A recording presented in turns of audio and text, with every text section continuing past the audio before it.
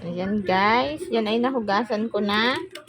Lagyan na natin ng pangpalasa ang ating chicken. Na-marinate natin yan guys.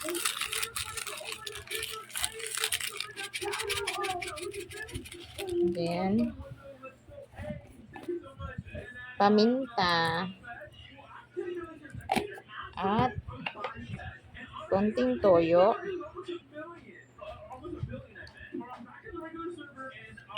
Pakulay lang yan guys. And kalamansi.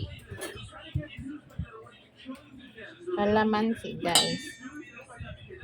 Lagyan natin ng kalamansi. 2 piraso lang.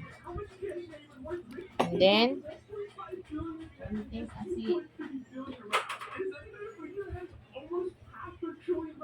Lagyan natin ng asin guys. Ayan. And then, ganito lang natin ha.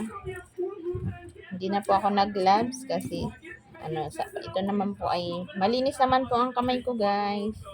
Nagsabon ako ng aking kamay. Ayan. Marinate lang po natin to guys ng 1 hour. Ayan. 11.